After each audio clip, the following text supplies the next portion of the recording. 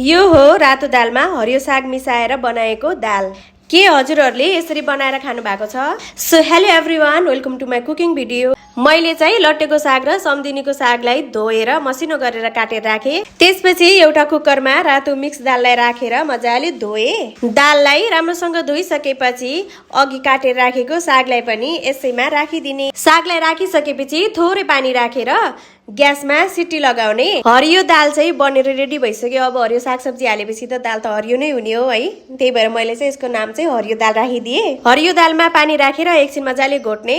यता चाहिँ तेल तताउनको लागि राखिसकेको छु, अनि कट गरेको प्याजलाई पनि राख्ने, अनि लसुन अदुवाको पेस्टलाई राखेर एकछिन फ्राई गर्ने। त्यसपछि हरियो दाललाई राखेर झ्वाइँ पार्ने।